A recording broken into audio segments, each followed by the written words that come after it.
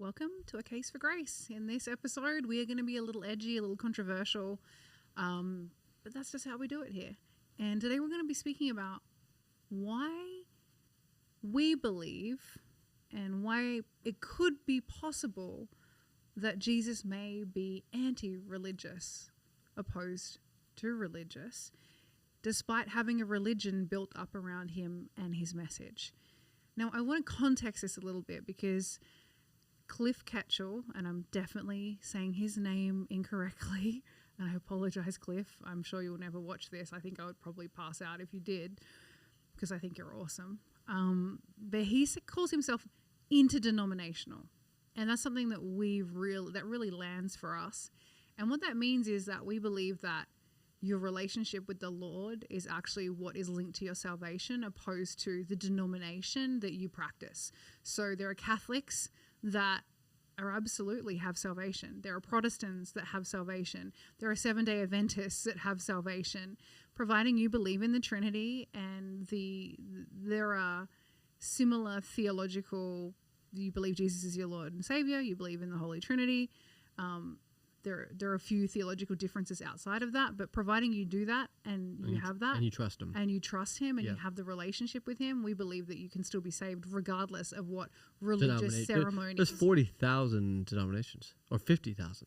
I think there's it could be either 36,000 or 46,000. Maybe there's 41,001 right I think now. that's just within the Protestant. Yeah. It's not even Orthodox or Catholic. Yeah. Well, let's just say there's a lot. There's a lot. And so interdenominational is probably what we would subscribe to. And I know I bash, it is tongue-in-cheek, but I do have some sort of PTSD around religious people. And I think the thing that when we first started to explore Christianity, the thing that slowed my progress, so to speak, was religious people and religious organizations, because it felt so contradictory to me for the character of Christ, what I was reading in the Gospels. And we loved The Chosen when we were first kind of coming to know Jesus, and then you would have all these people The Chosen, the TV show. Now, why did we love it so much? It wasn't because. It was because we got to. It wasn't. It's not an exact. It was because Jonathan Roumie's Catholic, and I think that's real. I'm joking. I don't know. Sorry. Actually, we loved it because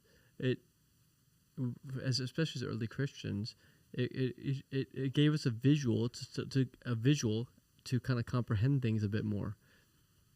Yeah. So for me, and I shared this yesterday with somebody. We studied New Age spirituality for a very long time, all different sorts of mysticisms, and there's one mystic, it's a mysticism branch of Judaism called Kabbalah. I think it was made famous by Madonna. And I remember studying that, and one of the pathway in Kabbalah is that if you embody all of these archetypes, and I think the archetypal work has been around since Greek and Roman mythology. Before then, there's been archetypal plays happening since the dawn of time, really. Since we started telling stories, there's been archetypes that have been developed, from Joseph Campbell's work to Jung's work. The point is that I studied this, and I sat at the feet of gurus and masters and people who were meant to be uber spiritual, in J.P. Sears' words, uber spiritual, from Byron Bay to India to Portugal, back to India to Nepal to Mexico to Vanuatu. I sought out all the most spiritual people, from shamans to yogis to gurus, yada, yada, yada. And none of them came close to embodying these archetypes, which in my mind when I first started exploring Christianity was the ultimate form of self-realization, right? And so I was still thinking that way. I realize now it's not that. But the point is, I looked at Jesus and I was like, wow, this guy's got it going on.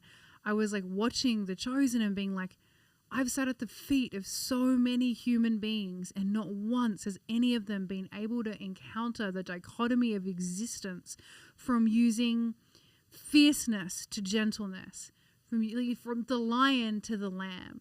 He was able to use it all and express it all, and yet still have a deep love for people. I've never, ever, ever was I able to see that. And we did 17 years of searching for that in a guru or a master, and they just disappointed me. They were imperfect. They were just disappointing. I'm not going to go into the scandals. There's a lot of scandals, some pretty bad ones. But so for me, The Chosen helped me see that in a visual way. It brought the Gospels to life. And I know there are people arguing endlessly on the internet about it being theologically unsound, yada, yada, yada. I don't think it was supposed to be. It never claimed to be. It never claimed to be. In fact, it claimed to be an interpretation of, and we took it as such. But it did give me a sense of being like, wow, like this guy, I've never seen.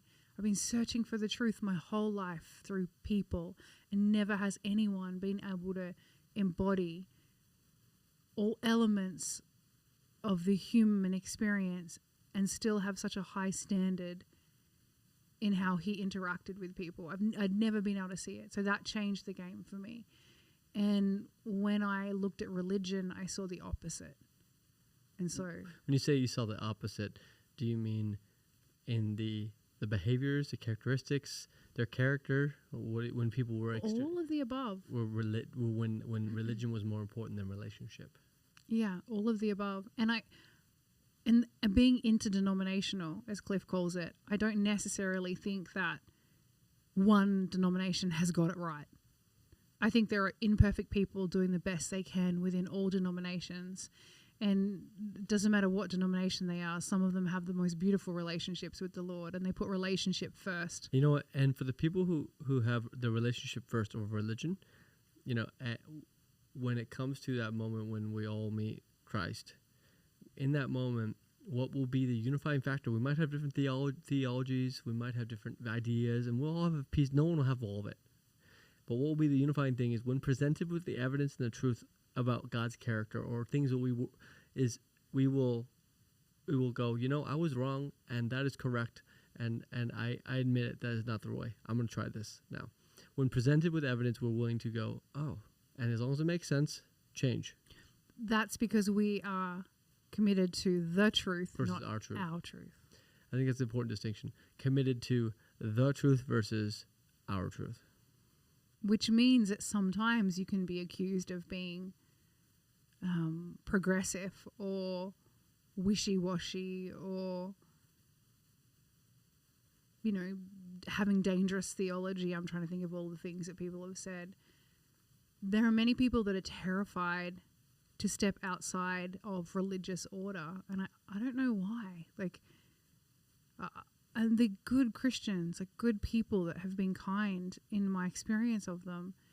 Yet I remember once I was leading a Bible study for women, and I shared, and the pastor was talking about, you know, what we had to talk about in this Bible study from his sermon, was talking about relationship before religion, and he was talking about the dogmatic and religious spirit. And somebody got very upset and very triggered by it. They're like, oh no, but if we don't have dogma, if we don't have rules, if we don't have the religion, then people just make up their own stuff.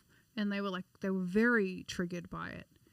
And I don't know, what is it about religion that people find safety in? I don't know, I find it terrifying. My question would be, if somebody knows all the commandments and they follow all the rules all the time, is their character truly changed, or are they just following the rules? Or they're following the rules. So the rules are more important than the character. And then they project that onto others, and that's when the Christian soapboxes come out. And that's what I saw. You know, and that's what I saw. And I mean, but then in the same breath, you have like Matthew 23, chapter 23, 27 to 28, which says, you know, I'm going to read it. Woe to you, teachers of the law and the Pharisees, you hypocrites! You like whitewashed tombs, which look beautiful on the outside, but on the inside are full of bones of the dead and everything unclean. So I was being taught that this religious spirit, the religiosity of like the Pharisees and the Sadducees, that Jesus really came to dismantle the religious hypocrisy. Yet I was seeing it, and I'm like, but that was, 6,000 years ago. We're not like evolved at all from that point. Well, and and I think it's important that we're all in different stages of our growing in Christ. And sometimes the rules in the beginning could be necessary, and then we outgrow them. The same way there's a rule to brush your teeth when you're a child, brush your teeth, and over time you don't brush your teeth because it's a rule, you brush your teeth because it's Good for you. good for you. So we have to give everyone grace, including even ourselves, that there's a time and a place for rules, and then over time we outgrow them. And I think that what happens is many Christians stay in the infant stage for a long time, and then ultimately what happens is, to people who words relationship over religion, they project and are upset at the people who have moved past it and think they're crazy. I feel like it's not. I think it creates that division, by the way. it creates division, and I also think what creates division is not being able to have these conversations, Mm. being afraid of people think like. I by no means think what I'm saying is an absolute fact, because I'm very well aware that it's my experience and how my identity and psychology and superconscious, conscious, unconscious, subconscious, whatever, I understand how I perceive the world. But if I can't speak about it out of fear of being called progressive or fear of being ridiculed because I'm not religious enough, or I think that that's also really ineffective. And it creates more division. We should be able to have these conversations. We should be able to disagree. People should be able to speak things without being shamed or ridiculed. And I just don't know if there's a space for it. Probably not. It's kind of sad. Yeah. And that's the world we live in. I don't like that. You know, and so what would you say to people where a relationship is more important than religion to them? A relationship with Christ is more important than religion. What would you say to those people? Keep going. Build that relationship. Build that relationship. And what about the people who are like, hey, you know what? I'm ready to brush my teeth because it's no longer a rule. And I want to just get to know why. And I'll just do it because it's what there is to be done. What would you say to them? Keep going. Yep. I think there comes a crossover point. I mean, it's so... Does there? It's so interesting to me because I just can't get, and I quote it all the time, and if you've watched any of the podcasts for any length of time, you would have heard me say this. You probably know what I'm about to say. Immanuel Kant, we see the world as we are, not as it is. Our experiences, our belief systems are so diverse across culture, across gender, across ethnicity, that of course there's going to be separation and division. Of course there's going to be different interpretations of the Bible and of theology, and I get that. That makes sense to me. So I know that what I'm seeing may not even be right, may not even be accurate, but if I can hold the priority being as close to the Lord and walking with him as closely as possible, then I wonder if that other stuff will just fall into place naturally as we walk, and if it even matters. Well, he did say there's those two commandments, right? Most important. Love your Lord with all your heart, and love your neighbor as yourself. Maybe we just focus on that. Maybe I misparaphrased it, but You paraphrase it slightly, but that's fine. I think everybody got the gist. well, you know, I'm still getting. I'm offended though because because it wasn't exactly. it wasn't exactly correct. Yeah, and that's the thing. I'm gonna leave. Yeah, I'm it's out. okay. It's all right. Well, that's all right. But it does when you follow those two as best you can, and we fall short a lot. Everything else does seem to fall in place. It's about trusting him. It's interesting, isn't it? I feel like so many people, and like, who taught us this? Maybe it was Mark Driscoll. Speaking of people that are somewhat dogmatic at times, I like Mark. I totally like him. Very entertaining, and I think he loves Jesus so much. He loves him so much. He still is very rigid at times, and I feel like I think it's needed. but he times. has a place. Yes. Oh my goodness! There yes, it is. There it is. He has a place. There it is. He has a place. So there has to be. God has a bigger plan than we can even understand. We, as human beings, part of our existence is we evolve as we grow, right? whether that's physically, emotionally, psychologically, from being a little teeny tiny baby to being a 90-year-old adult, right? I keep putting my hand up and blocking the camera. The point I'm trying to make is that at each stage, from infancy to teenage years to early 20s, metaphorically speaking of our journey with the Lord, there has to be people to meet us where we're at. Yeah. And so I think as we outgrow, not in a bad way, but as we evolve beyond that, We're no longer brushing our teeth because it's a rule. right, we shouldn't be making the people that supported us In at that brushing our period teeth? of time and brushing our teeth the enemy, I agree. because they are needed for the other people that are still brushing their teeth. But if you're brushing your teeth as a rule for your whole life, Well, sure. then maybe the teacher needs to go, okay, get out. Well, that's true, but I don't know if we're at that part of. No.